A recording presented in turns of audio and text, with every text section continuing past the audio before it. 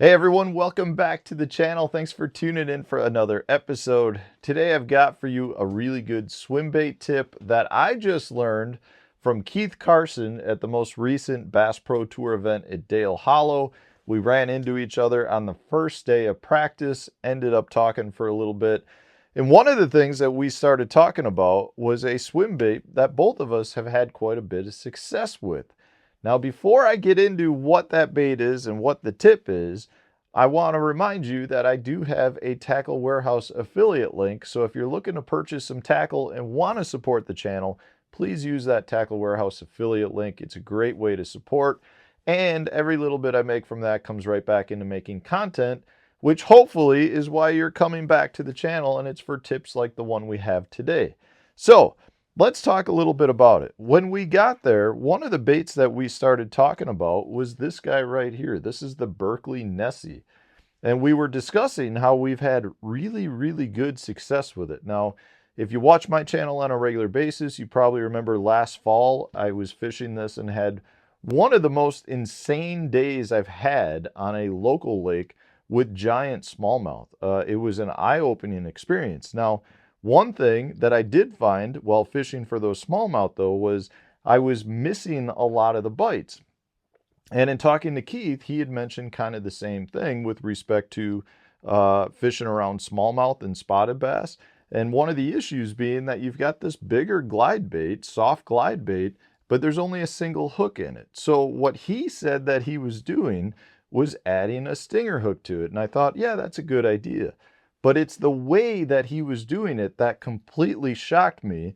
And I've since done it as well and had really good luck. So I just want to show you how to go about adding a stinger hook to this. Now I want to just point out this has been working for him and it's been working for me. It does sound a little bit risky. Now all I'm going to say is you want to go get the biggest centering pin that you can get. This is just an owner centering pin. Grab yourself an extra treble hook, put a split ring on it, and then put that onto your centering pin. So I'm just going to work that up it right now. And you can see I've got, oh, I went up an extra rung. Okay, so we've got the centering pin on the treble hook just like that. Well, one thing with these Berkley Nessies that you'll see, and this is based on the mold, there's actually a little circle right in the center of the bait, right under the fin. Well, what Keith was doing was taking the centering pin and putting it right into the middle of that circle and just screwing it up. Now, this is not a simple screw in. The material here is like a little bit stronger of a rubber. And you've also got a mesh material that runs from segment to segment.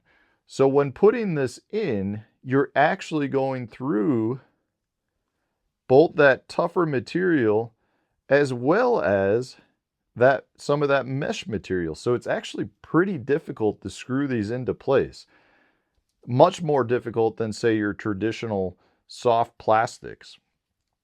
So I'm just screwing this in, and like I said, it's quite a bit more difficult. And you want to get it all the way up there. So once you get it all the way up there, you've basically added an additional hook. Now the thing is, again, in this case, I would highly recommend not probably boat swinging the fish, but this thing is in there tight. I mean, I'm really pulling on it hard. The material is just a stronger, I want to say it's rubber. I mean, it's some plastic, some rubber, some soft material, but it really holds very well. So as long as you're not boat swinging those fish, I think it's a very good way to go ahead and add a stinger hook to your Berkley Nessies. Now like I said, I've tried it now since talking to him. I've had 2 bites. I've caught both fish. Both of them were like 3¼ pound largemouth. I had no issue. I had one that was hooked, both hooks, and I had one that was hooked just on the tail hook, and they held up. Now, again, I want to stress, probably shouldn't be boat swinging them still, but this is a really good way just to add a stinger. And if you feel very uncomfortable, those hooks are sharp, if you feel very uncomfortable just having it on its own, I think you can probably take a piece of braid, tie it around the tail fin here, this plastic plate, and then just tie a connector to your split ring just to give you a little bit more security in case that does pull out.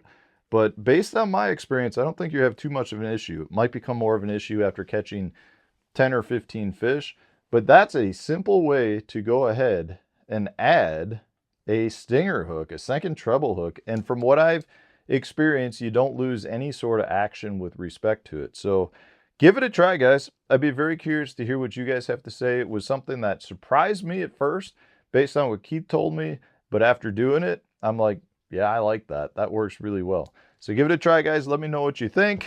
Simple way to add a stinger to the Berkley Nessie. Thanks for watching. I appreciate all of you. Stay tuned. We'll have a new video coming out tomorrow.